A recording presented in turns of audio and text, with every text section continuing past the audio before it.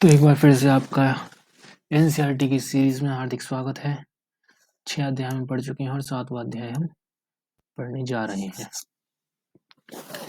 अगर ये बढ़िया लग रहा हो एनसीईआरटी की सीरीज तो फिर आप इस पे लाइक करें, कमेंट में बताएं कि कैसी तैयारी चल रही है, कैसी पढ़ाई चल रही है, और चैनल को सब्सक्राइब करें। इसके लिए आपका तहे दिल से आभार, यानी कि थैंक यू। चलिए तो 7वां चैप्टर शुरू करते हैं। अशोक। अशोक कौन था? मगध का सम्राट, एक अनोखा सम्राट जिसने युद्ध त्याग दिया। ये एक स्टोरी है रोशन के रूपे। देखते हैं क्या है। जन्मदिन पर रोशन को दादाजी से कड़क नोट मिले। उसने उन्हें अपने हाथ में दबा रखा था। उसे एक नई सीढ़ी खरीदने को बहुत मन था, लेकिन साथ ही वह बिल्कुल नए कड़क नोटों को देखना और छूकर महसूस करना चाहती थी। तभी उसने पाया कि सभी नोटों में दाहिनी तरफ गांधी जी का मुस्कुराता चेहरा बना हुआ था और बाईं तरफ छोटे छोटे शेर चित्रित थे। उसने सोचा, आखिर यहाँ शेर क्यों बने हैं? ये है शेर वाला स्तंभ शीर्ष, जो कि नोटों पर या फिर सिक्कों पर नीचे की साइड बने रहता है। किसी में पूरे भी बना रहता है, कहीं पे पीछे सिक्के में बने रहता है। अलग अलग सिक्कों के हिसाब से मतलब ये करेंसी में मिलता जरूर है। अब क्यों मिलता है, इसका रीजन देखते हैं। एक बहुत बड़ा राज्य है, एक साम्राज्य। हम जिन शेरों के चित्र रुपए और पैसों में देखते हैं, उनका एक लंबा इतिहास है। उन्हें पत्थरों को काट कर बनाया गया और फिर उन्हें सारनाथ में एक विशाल स्तंभ पर स्थापित किया गया। सारनाथ, जहाँ पर गौतम बुद्ध ने पहला उपदेश दिया था। बुद्ध ने पहला उपदेश दिया था। फिर उन्हें सारनाथ में एक विशाल स्तंभ पर स्थापित किया गया था। इस विषय को अध्याय 6 में पढ़ चुके हैं, सही बात है। इतिहास में महानतम राजाओं में से एक अशोक के निर्देश पर इसके जैसे कई स्तंभों और पत्थरों पर अभिलेख उत्कीर्ण किए गए हैं। इसके पहले कि हम यह जानें कि इन अभिलेखों में क्या लिखा है, यह समझने की कोशिश करें कि उनके राज्य को साम्राज्य क्यों कहा जाता है। अशोक जिस साम्राज्य पर शासन करते थे, उसकी स्थापना उनके दादा चंद्रगुप्त मौर्य ने लगभग 2300 साल पहले की थी। मौर्य साम्राज्य की स्थापना किसने की थी? चंद्रगुप्त मौर्य ने। चाणक्य या कौटिल्य नाम के एक बुद्धिमान व्यक्ति ने चंद्रगुप्त की सहायता की थी। चाणक्य के कई विचार हमें अर्थशास्त्र नाम की किताब में मिलते हैं। अर्थशास्त्र नाम किताब किसने लिखी थी? चाणक्य ने या फिर कौटिल्य। इनका दूसरा नाम कौटिल्य भी था। ठीक है। फिर आता है वंश। जब एक ही परिवार के कई सदस्य एक के बाद एक राजा बनते हैं, तो उन्हें एक ही वंश का कहा जाता है। मौर्य वंश 3 महत्वपूर्ण राजा हुए: चंद्रगुप्त, उसका बेटा बिंदुसार और बिंदुसार का पुत्र अशोक। साम्राज्य में बहुत से नगर थे। मानचित्र में उन्हें काली बिंदु से दिखाया गया है, अभी देखते हैं। इसमें साम्राज्य की राजधानी पाटलिपुत्र, उज्जैन और तक्षशिला जैसे नगर प्रमुख थे। तक्षशिला उत्तर पश्चिम के और मध्य एशिया के लिए आने जाने का मार्ग था। दूसरी तरफ उज्जैन उत्तरी भारत के दक्षिणी भारत जाने वाले रास्ते में पड़ता था। शायद नगरों में व्यापारी, सरकारी अधिकारी, शिल्पकार रहा करते थे। ये क्या है? जिन जगहों पर अशोक के शिलालेख मिले हैं, इन्हें लाल बिंदु से दिखाया गया है। तो काली बिंदु से अभी देखते हैं। काली बिंदु से काली बिंदु शहर, और जहां पर शिलालेख अशोक ने बनवाए थे, वो लाल बिंदु से। ये सारे इलाके साम्राज्य के भीतर थे। उन देशों के नाम बताओ जहां अशोक के अभिलेख मिले हैं। भारत के कौन कौन से राज्य मौर्य साम्राज्य से बाहर थे? साम्राज्य के बहुत बड़े क्षेत्रों में किसानों और पशुपालकों के गांव बसे हुए थे। मध्य भारत जैसे इलाकों में ज्यादातर हिस्सों जंगलों से भरा हुआ था। वहां पर लोग फल फूल का संग्रहण और जानवरों का शिकार करके जीविका चलाते थे। साम्राज्य के अलग अलग इलाकों में लोग भिन्न भिन्न भाषाएं बोलते थे। वे लोग शायद अलग अलग प्रकार का भोजन करते थे और यहाँ तक कि अलग अलग किस्म की पोशाक भी पहनते थे। चलो देखते हैं अब कौन कौन से क्षेत्र थे इस मैप को एक साथ देखते हैं।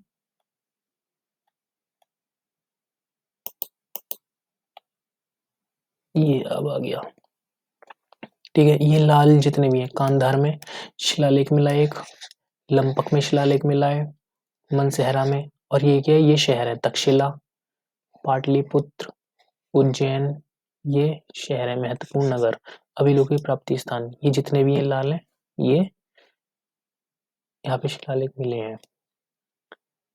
इनमें सबसे महत्वपूर्ण शिलालेख कहाँ मिला है, वो है सारनाथ, ठीक।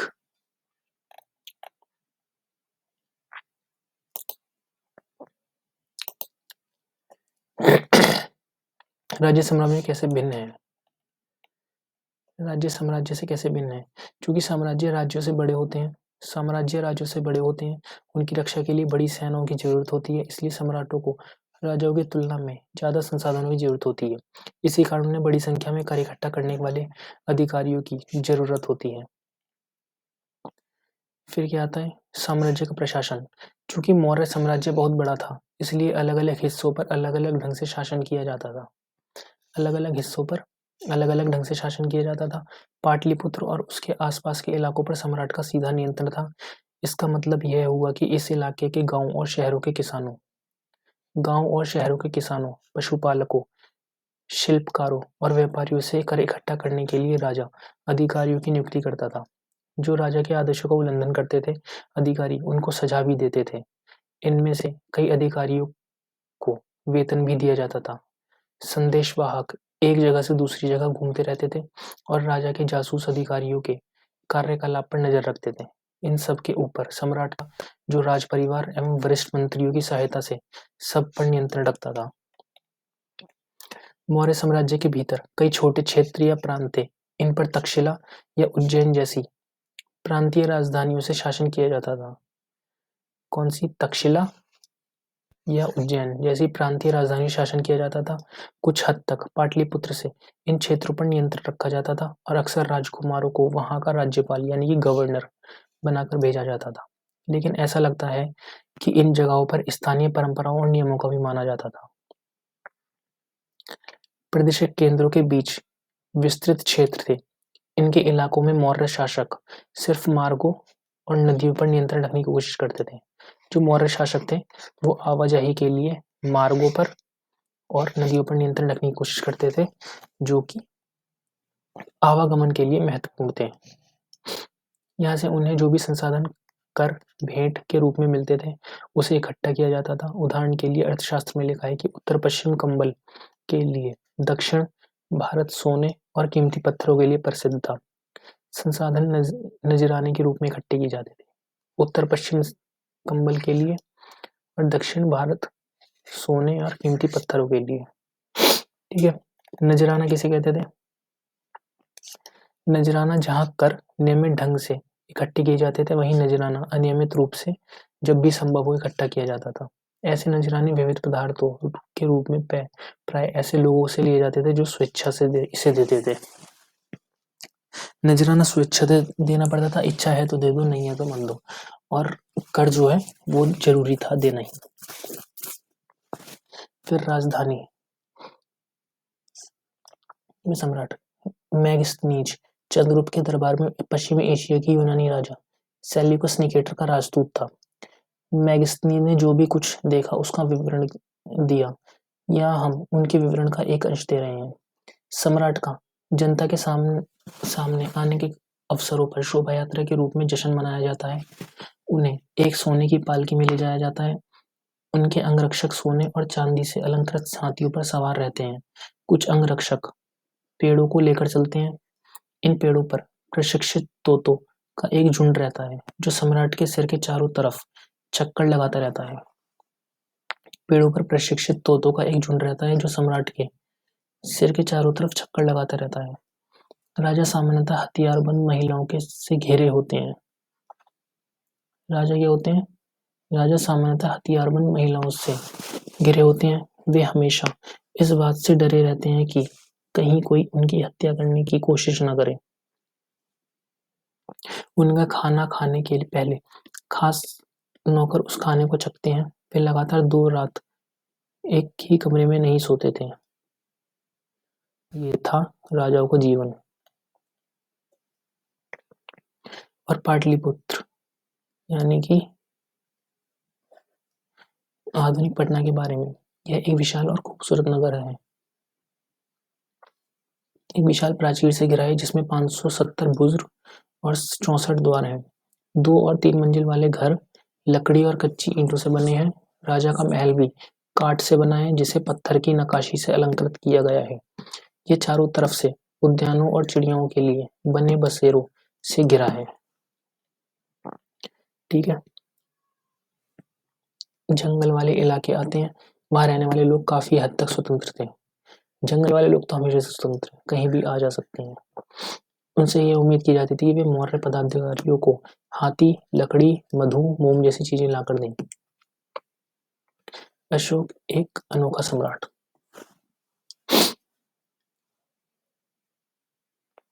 अशोक मौर्य वंश के सबसे प्रसिद्ध शासक थे।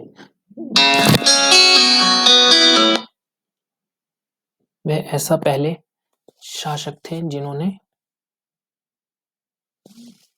ऐसे शासक थे जिन्होंने अभिलेखों द्वारा जनता तक अपने संदेश पहुंचाने की कोशिश की। अशोक के ज्यादातर अभिलेख प्राकृत भाषा और ब्रह्म लिपि में है। प्राकृत भाषा पहले चलती थी, तो फिर जितने भी अभिलेख थे वो सारे प्राकृत भाषा में है और ब्राह्मी लिपि में है। बौद्ध धर्म के जो महात्मा बुद्ध थे,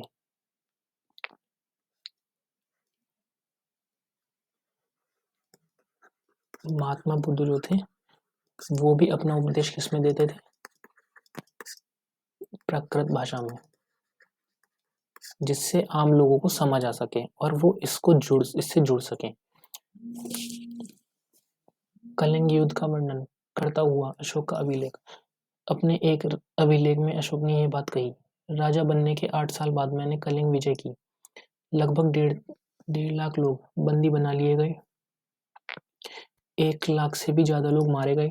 इससे मुझे अपार दुख हुआ।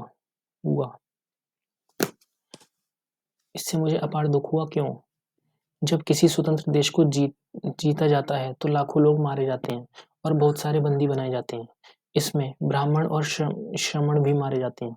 जो लोग अपने सगे संबंधियों और मित्रों को बहुत प्यार करते हैं तथा दासों और मृतकों के प्रति दयावान होते हैं, वे भी युद्ध में या तो मारे जाते हैं या अपने प्रियजनों को खो देते हैं। ये किनका है? ये अशोक के अभिलेख में से निकाला गया कलिंग युद्ध का वर्णन करता हुआ कि उन जो लाखों लोग मर गए उसका दुख जता रहे हैं वो। इसलिए मुझे पश्चाताप हो रहा है। अब मैं धम्म पालन करने और दूसरों को शिक्षा देने का निश्चय किया है। मैं मानता हूँ कि दम के माध्यम से लोगों का दिल जीतना बलपूर्वक विजय पाने से ज्यादा अच्छा है। मैं यह अभिलेख भविष्य के लिए एक संदेश के रूप में इसलिए उत्कीर्ण कर रहा हूँ कि मेरे बाद मेरे बेटे और पोते भी युद्ध ना करें। इसके बदले उन्हें यह सोचने चाहिए कि दम को कैसे बढ़ाया जाए। ये धम्म पालन उन्होंने इसका पालन किया, धर्म। फिर अशोक का कलिंग युद्ध, ये सबसे इंपॉर्टेंट युद्ध था अशोक का। इसके बाद उन्होंने धर्म का पालन करना शुरू कर दिया था। कलिंग तटवर्ती उड़ीसा का प्राचीन नाम है। अशोक ने कलिंग को जीतने के लिए एक युद्ध लड़ा, लेकिन युद्ध जनित हिंसा और खून खराबा देखकर उन्हें युद्ध से वितृष्णा हो गई। उन्होंने निर्णय लिया कि वे भविष्य से कभी युद्ध नहीं करेंगे।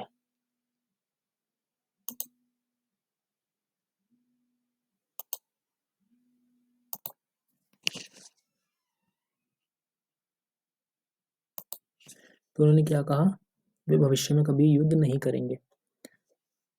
अशोक का धर्म, ये धर्म क्या ही है? ये है धर्म। ये क्या है? ये है, ये धर्म है।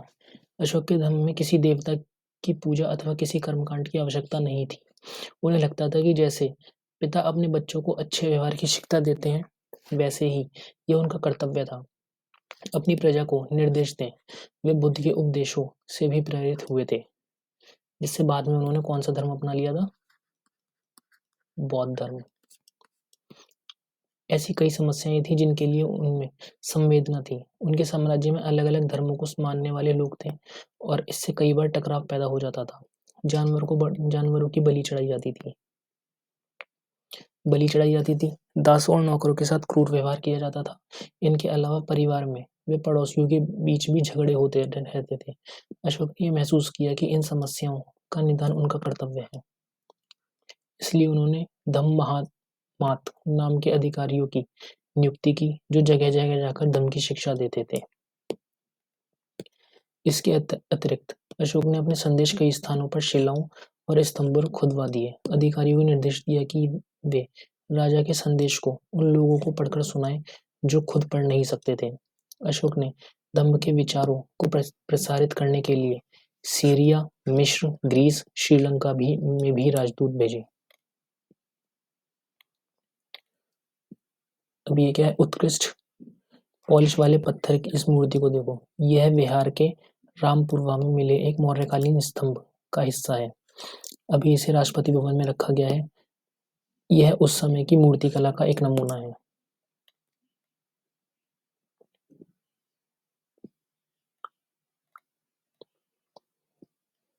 उन्होंने सड़कें बनवाई, कुएं खुदवाए, विश्राम गृह बनवाए। इसके अतिरिक्त उन्होंने मनुष्य व जानवरों की चिकित्सा की व्यवस्था की। अपनी प्रजा के लिए अशोक के संदेश। लोग विभिन्न अवसरों पर अनुष्ठान करते हैं।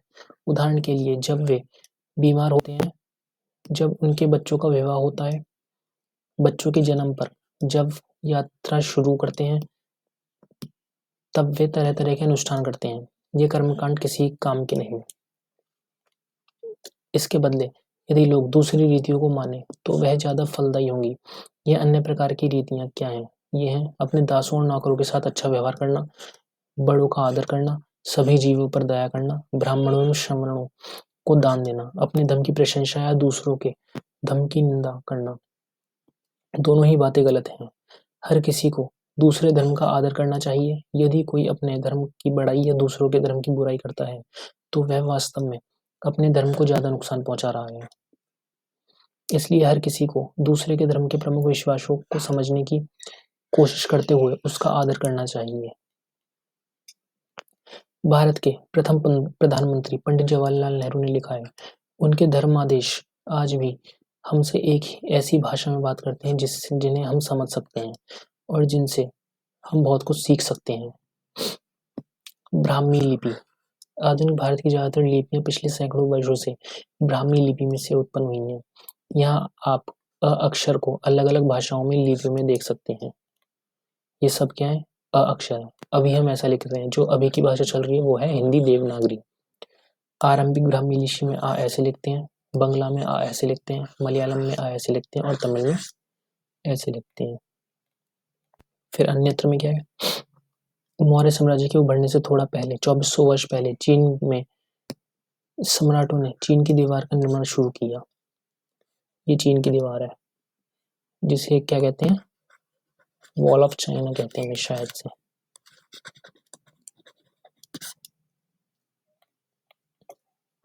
इसे बनाने का उद्देश्य उत्तरी सीमा के पशुपालक लोगों से रक्षा करना था। अगले 2000 वर्षों तक इस दीवार का निर्माण कार्य चलता रहा क्योंकि साम्राज्य की सीमाएं बदलती रहीं। यह दीवार लगभग 6400 किलोमीटर लंबी है और पत्थर और ईंट से बनी है। इसकी ऊपरी सतह सड़क जैसी चौड़ी है। इस दीवार को बनाने के लिए हजारों लोगों को काम करना पड़ा। हर 100 से 200 मीटर की दूरी पर इस पर निगरानी के लिए बुर्ज बने हुए हैं। पड़ोसी देशों के प्रति अशोक का रवैया चीनी सम्राटों के रवैये से कैसे भिन्न था? यहाँ पर ये खत्म हो जाता है। चीनी सम्राट क्या करते थे? वो केवल अपनी सीमा को बढ़ाना चाहते थे कैसे भी करके। लेकिन जो अशोक थे वो स्टार्टिंग में तो पूरा बढ़ा रहे थे, लेकिन जब कलिंग युद्ध हुआ, कलिंग युद्ध के बाद उन्होंने धर्म अपना लिया और फिर उसी के प्रचार में लग गए। फिर वो काफी देशों में गए इसके प्रचार के लिए और काफी जगह पे अपने राजदूतों को भेजा। मानचित्र में देख लेते हैं हम। मानचित्र में छोटा छोटा हो जाता है तो सारा सही रहता है। अब इसमें बता रही है क्या है, ये जितने भी ब्राउन वाले हैं ये मार्ग चीनी शासकों के नियंत्रण में थे। ग्रीन वाले जितने भी हैं कुषाणों के नियंत्रण में थे। कुषाणों के बारे में अध्याय 9 में पढ़ेंगे। व्हाइट थे, ये महत्वपूर्ण समुद्री मार्ग थे। ये समुद्री मार्ग जैसे दिखाई है, नहीं ये है, ये मार्ग रोमन शासकों के नियंत्रण में थे। ये वाले लाल वाले जो हैं ये ईरान फारस के शासकों के नियंत्रण में थे। अब देखते हैं ये वाले जितने भी मार्ग हैं ये किसके नियंत्रण में थे, फारस के नियंत्रण, ठीक। और ये चीनी शासकों के नियंत्रण में थे, ये ब्राउन वाले ऐसे पूरा दिखाया गया है। ये लाल,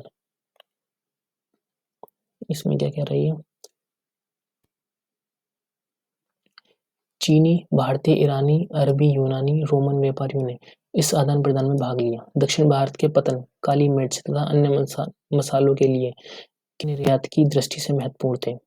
मानचित्र में पोडू का दक्षिण भारत में ढूंढो। पोडू था यहाँ पे कहीं पे होगा दक्षिण भारत में, ढूंढ लेंगे बाद में। चलो अब ये क्या है, आगे की बात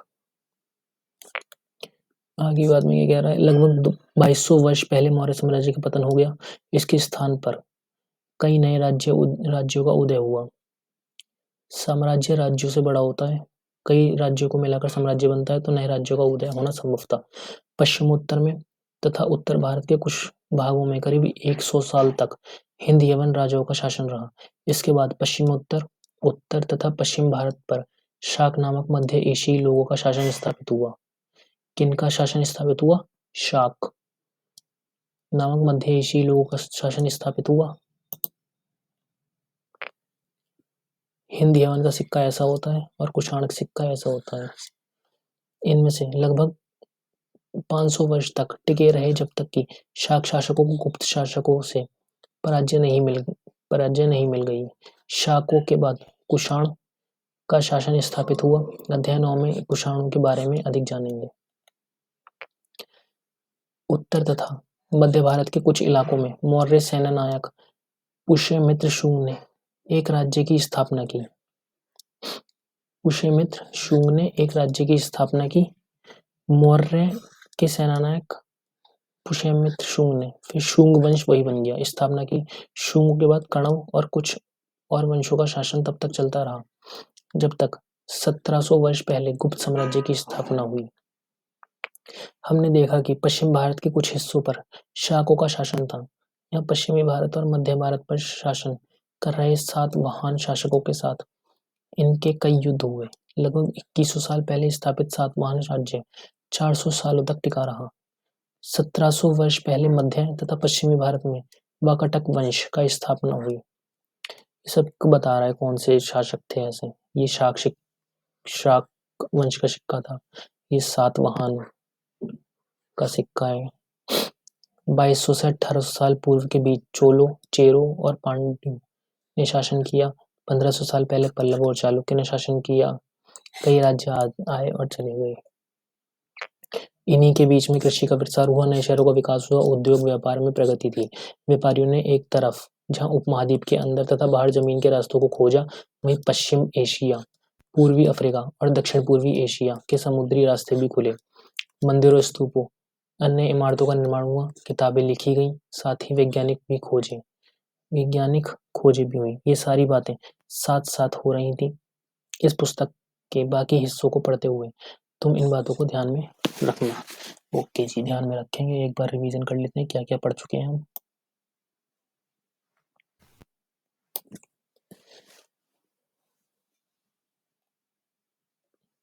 ये क्या रोशन, ये इतना कुछ नहीं है।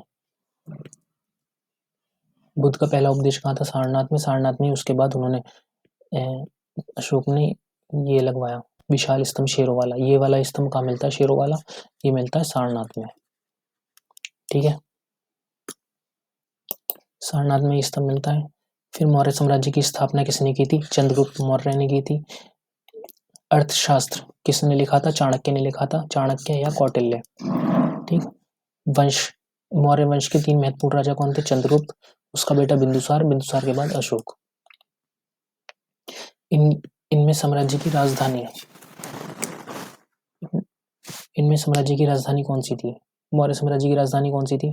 राजधानी पाटलिपुत्र, उज्जैन और तक्षशिला जैसे नगर प्रमुख थे। ठीक है, ये लाल डॉट में लपक, कांधार, मनसेरा, ये सब जितने भी हैं ये क्या है? जहां पर इन्होंने लेख लिखे, शिलालेख बनवाए थे। और उज्जैन, तक्षशिला और पाटलिपुत्र ये महत्वपूर्ण थे।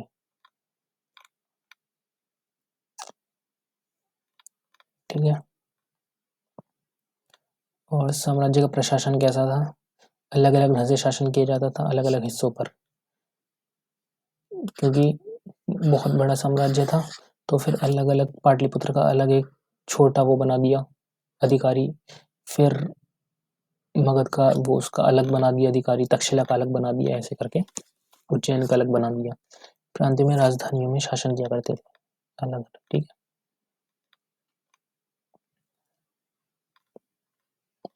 कर की व्यवस्था तब भी थी और नजराना दिया जाता था।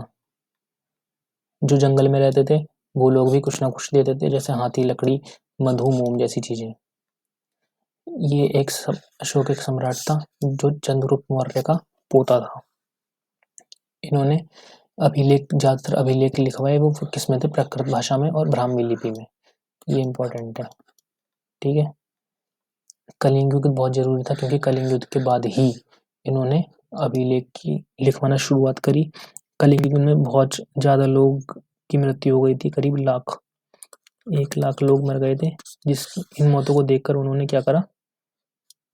युद्ध करना ही छोड़ दिया। ठीक, फिर अशोक ने बौद्ध धर्म को अपना लिया।